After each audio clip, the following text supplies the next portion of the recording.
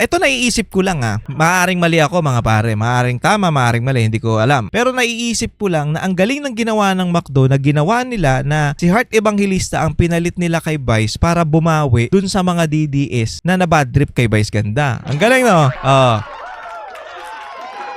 Naiisip nyo ba yon?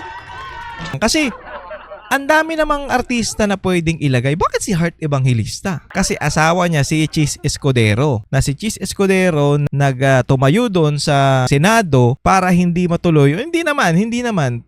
Nanindigan si Escudero patungkol doon sa impeachment na hindi na dapat ituloy. At nagbigay siya ng statement na pamumulitika lang yung ginagawa nyo patungkol kay BP Sara. Ayun lang naman ang naisip ko. Kaya siguro nilagay ng McDo itong si Heart Evangelista para maging new endorser nila para nga naman mabawi yung mga DDS na ayaw kumain sa McDo. Di ba?